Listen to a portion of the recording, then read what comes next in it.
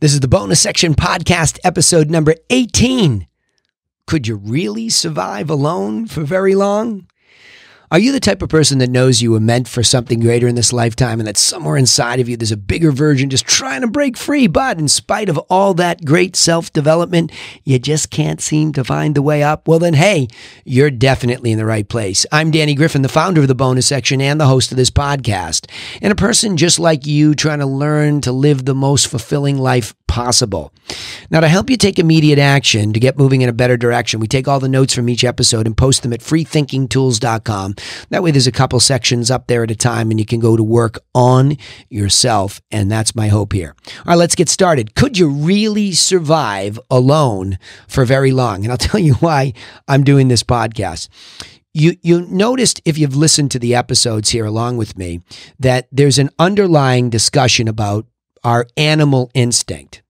And any motivational speaker or self-development guru, teacher, etc., all of them, I bless them all for going out there and trying to help other people in their way. As long as it is benevolent and there's no malevolent intent, I'm with them all. I love the effort. And a lot of them come to the same conclusions I do, because the body of work just draws you to these basic facts of life. And that is that we have inside of us that base level of animal survival. And it's what we're wired to do: survive and procreate and continue the species. It's species. I don't know what happened there. But anyway, the idea is that that's the way things work. Now, we also as humans have this higher development in our brain. And I'm not going to call this a scientific, approach to it. I'm just going to say we want to thrive. There's something bigger. We want to thrive. We understand that we can go beyond just coming out of the cave and doing something and eating. We want to thrive. We have a desire to thrive. So that animal instinct is something I pay attention to. And I was flipping through Netflix the other day looking for something. I like documentaries or good shows. And so when I melt myself down a little bit, and there it was, Alone. And I like these outdoorsy things because they make me completely uncomfortable because, absolutely I've never been in Boy Scouts. I think I camped out a couple of times. My kids give me a hard time, as long as there's lavender soap, you'll be all right, right? It's not easy. By the way, 5 kids, not one of them a shrinking violet, tough crowd. But at the end of the day, the key point is I am drawn to it. And it bothers me that in a real world, I don't know how many of us could really survive very long. So I turned on, to be specific, if you want to follow along with me, episode 6, season 6. And I started to go through the whole thing. And it's one of those things, you know what Netflix is like if you've watched it before. You can just sit there and get lost in the story. It's like a good story book. And there's nothing like reality TV. I know, I've done 8 episodes with A&E. It's a fascinating process, very difficult, very arduous. But now to watch people go try to survive, film themselves, incredible. My hat's off to anybody who even signs up for it. And a lot of these people have studied. One gal has studied ancestral studies where you learn how to live off the land, and other folks are been trained by the military. It's really fascinating, but it's interesting to see how long can they survive. And I want to talk about this because I think we neglect how important the people around us are. And maybe that's the underlying theme that I'm reiterating to myself. And then there's just the flat out lunatic to say, I could do this. I couldn't do that. I don't even know how to do that. I better figure this out. So you have this weird kind of place where we're challenged at the very core. I like that, even if you're just watching it. So let me just go through the points here that I'm watching and that are bothering me. So the question on the table is, could you really survive alone for very long? It's pretty scary how quickly these people, quote unquote, tap out. By the way, to give you the backdrop, in this season, 10 people have been dropped off in the Arctic. Yes, the Arctic. No, I'm not talking like Shackleton stuff, walking through, the frozen tundra to get away from a ship that got stuck in the water way, way north. But I am saying this is pretty far north. It's totally desolate. There is water around it. There are trees. There is some wildlife, and you have to live off the land. But the first point is you can take 10 items with you. So let that sink in for a second. Here you are, all comfy, cozy. I'm in my little studio, and it's all great. And everybody's taking for granted the heat and, the clothing that we have on. And all of a sudden, they give you some clothing, sure. They give you some clothing to work with. But there are 10 items that you can take with you. So things range to a fire starter, a bow and arrow, a net. So those are the types of things. Everybody supplied a medical kit, emergency stuff. I do believe because in one episode, the good old bear comes around and there's some warning shot you can fire off for a bear. Again, way out of my league. Bears scare me more than the sharks right down the street from where I live. So what 10 items would I ask for? What would really help me survive? Think about that for a second. Because as the show goes on, it's pretty interesting that sometimes even the obvious things, right? Even the obvious things are not so obvious once you get out in the wild. Once you actually have to use them. And these are trained experts. I mean, one guy lived in a remote location in Siberia and really learned to live off of wild animals, etc. Amazing skills that he starts to employ, and he's one of the folks down the end. But I'll leave it at that. One guy, this is pretty interesting. So you would think, right, off the bat, well, I need fire. I mean, that's a biggie, right? There's no doubt about it. I have to bring something. Let's make this fire thing easy. But see, there's this trade-off. If it's limited, what is it that you can use in a limited way? And that takes up too much resource. Meaning, if I choose a fire starter versus being able to, now this guy uses a bow, right? Where he has the piece of wood and there's a long string and he puts it into a soft piece of wood to get an ember, blow on it, start a fire. Huh? Right? I mean, wouldn't even know which wood to start with. I guess I could take a guess and I could take a look at it. And I've seen people, whittle out a stick and get there and get an ember and blow on it and try to put it in something that's a little bit softer. But man, when it's about 17 degrees out and that fire goes out, and you can't get it started again, you might be dead that night. Let that sink in for a second.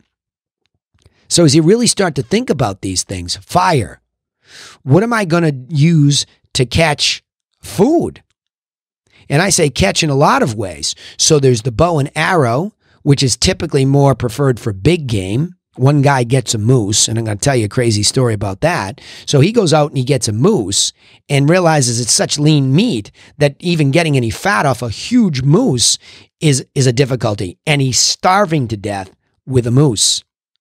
So was the bow and arrow is important when he all of a sudden turns around and has to weave himself a net, where another guy actually got a net and has been pulling fish out of the lake consistently. Fat.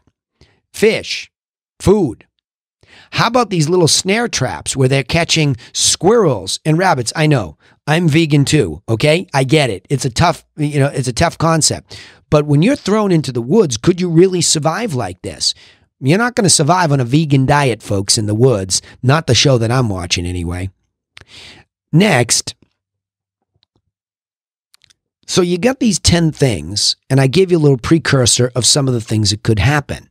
But the next question is, the minute they leave you there, and they've got this little camera going, and off goes the boat into the distance, and it just goes quiet, real fast. What's the first thing you would do? Well, it's pretty interesting that every single one of them immediately hustles to build themselves a shelter. And I think this is crazy cool because some of them have a really unbelievable sense of building. There's one guy originally, and it's interesting, he taps out early for an interesting reason. I'll get to that at the end of this because you're going to be surprised at where this show ended up. And it's really my point. So hang in there with me because it's fun. But they leave, And now all of a sudden everybody starts to look for timber. So it's, it's a great spot that they leave them because there's nice thin timber, and everybody has an axe or a saw. Everybody. And they're chopping down these trees, and they're taking the bark off the wood so the thing doesn't catch on fire, because you have to have the fire inside the abode. So it's almost like you're almost living in an oven if you can make it that way. And some people are really good at it. So the military trained guy, beautiful looking place. I mean, it looked like a man cave within like seconds. All the wood was like hewn perfectly. It looked like somebody made it in a furniture shop. And there's a gal who's super talented and super smart. She actually built an insulated wall, because if you have air and a little bit of fir tree, etc., in the middle and another wall, it's even warmer. Hers is a beautiful structure. And she actually even builds herself a gorgeous looking bed. So again, psychologically speaking, the effort that some of these people are putting in versus others, you can almost begin to see who's more strategic. And I'll get to that next. It's fascinating. Little things, when you're alone, trying to survive, little things become huge things. And again, I think this is a great show for anybody to watch to bring perspective to how bountiful a life we live. How overpouring that life is. But let me keep going here. So you build your shelter. It's one of the reasons I'm in the real estate business. Shelter. It's a huge issue for all of us. Don't ever, ever, ever look at a homeless person and not have your heart fall out of your chest that that person should have shelter. I know a lot of folks that are homeless are mentally ill, but do something about it. Do something about it, right? It's a big thing in our society, this majorly advanced society, and we have people that don't have shelter.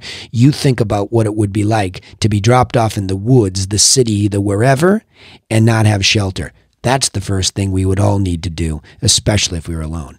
But the bigger global point here is this starts. So we have these 10 items. We have this shelter built. We've got the fire started.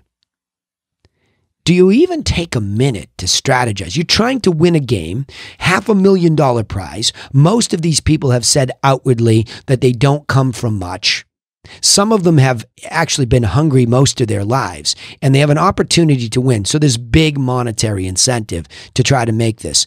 But here's what I notice right off the bat as a strategist, somebody who's fallen in love with thinking about strategic approach to everything. Who really sat still and came up with a food plan? You have the shelter, you have a decent heat plan, it's rolling, and that's good.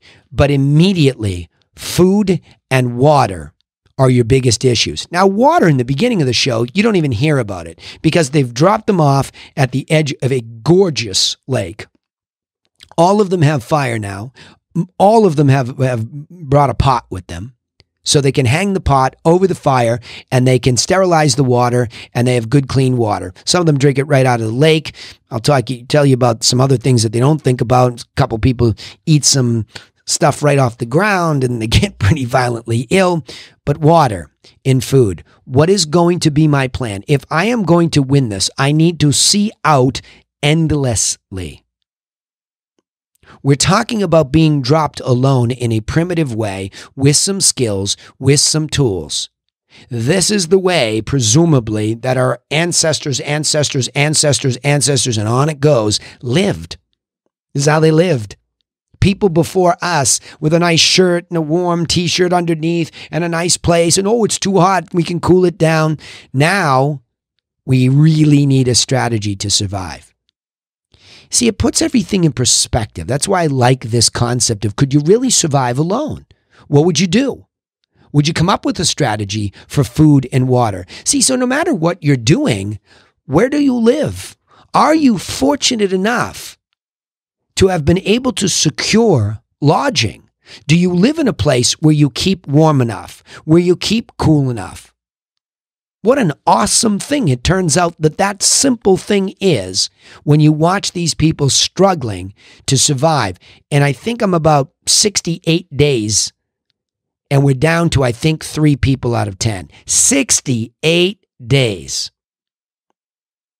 And the ones that are still there seem to have the best strategies, and they keep working it. And all the while what's happening is it's getting colder and icier, and they're eating less, and their bodies are beginning to consume their own muscle. There have been several people medically removed from the show. And I'm not trying to be dramatic to the extent I'm trying to be disgusting. I am fascinated by this process because it is making me more and more grateful for the fabulous, fabulous things that I have in my life.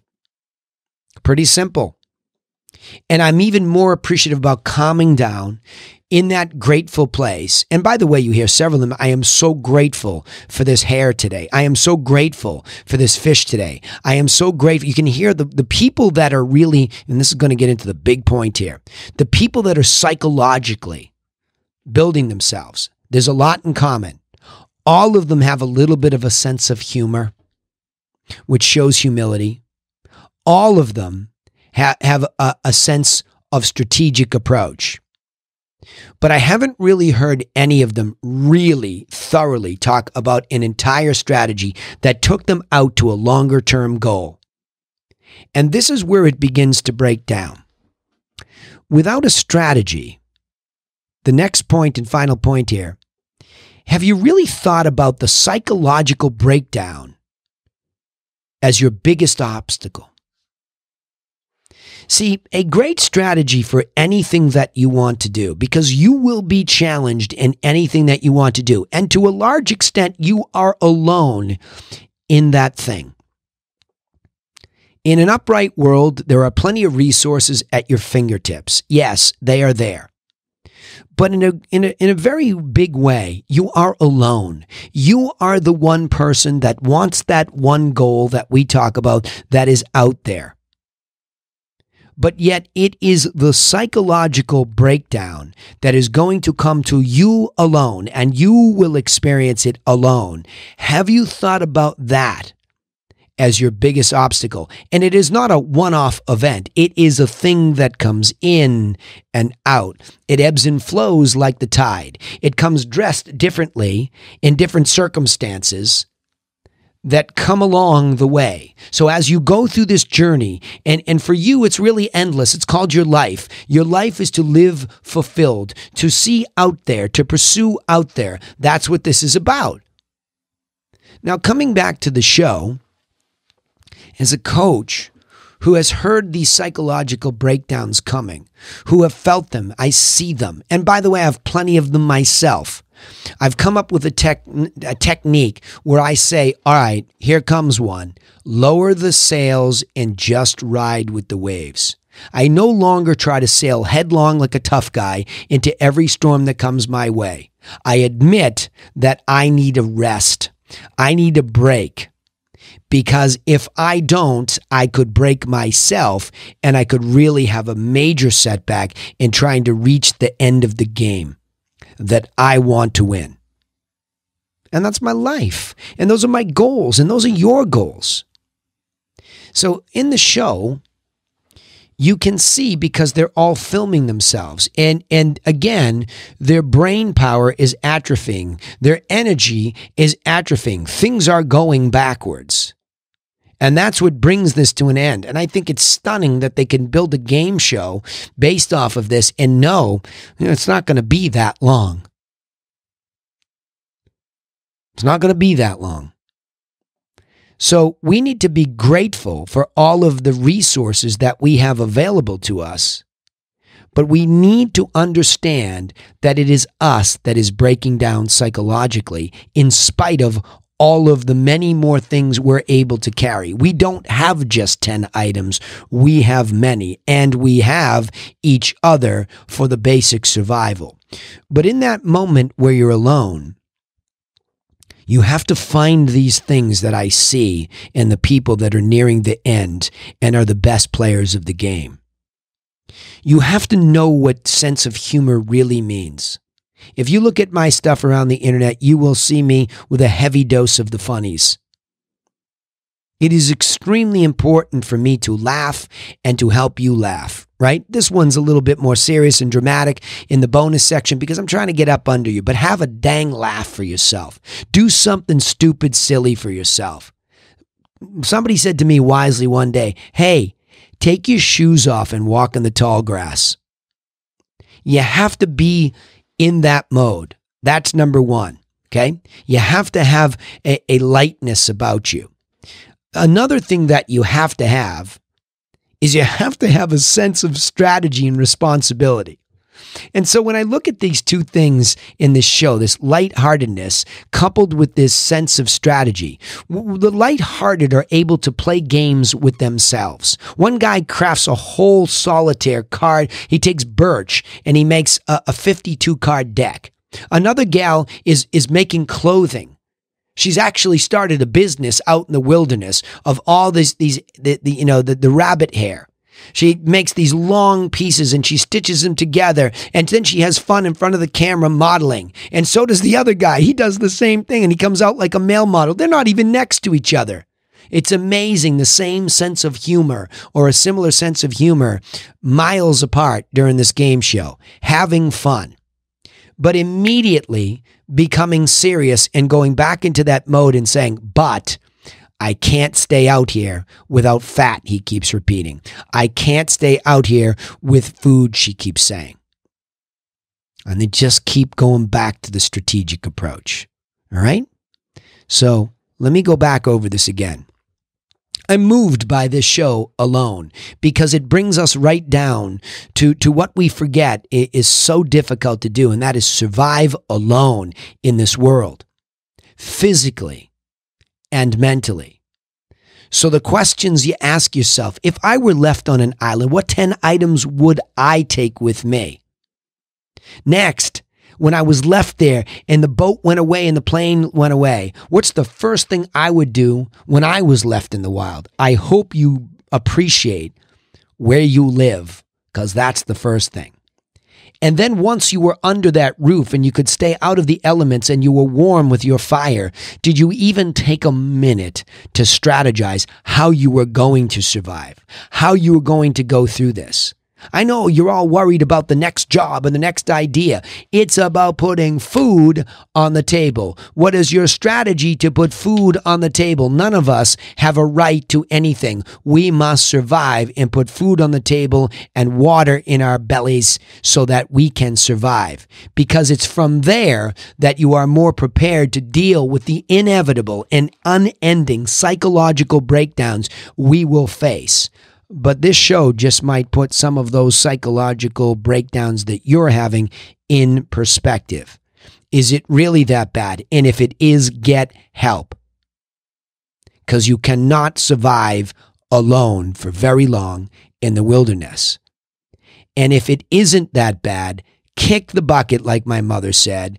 Get serious about what you're really after and stop whining and keep moving in that right direction. That was to me, by the way, indirectly from my mother. How about that? All right, here we go. Could you survive really, alone for very long? Let me summarize it this way, all right? Most people now take the basic comforts of survival for granted, so much so that they're truly ill-prepared to survive off the land, let alone be prepared for the psychological breakdown that is sure to follow any long period of isolation. So let's be grateful for all the wonderful people and resources that are around us, and let's go back to smartly thriving. All right, hey, remember, you can take immediate action to get moving in a better direction because we take some notes for you on each episode and we post them for a brief time over at freethinkingtools.com because we don't want to confuse you. A couple episodes over there. Also, don't forget to subscribe to this podcast on iTunes, Spotify, or wherever you listen so that you don't miss out on any insights each time we upload an episode. We also post all of our episodes on our social media channels, so remember, just go turn on the notifications if you want. If you want me to bother you and remind you, you can turn on the notifications for the bonus section and you won't miss the reminders. We'd also appreciate it, of course, if you would share the content with other people just like you so they get the help and the motivation that they need to move in the direction of their best desires, biggest desires. And that will help you help us all become people for others, which is really the goal here. Hey, thanks for listening. But remember, nobody's coming for you. So go get to work on yourself. And I will see you in the next episode.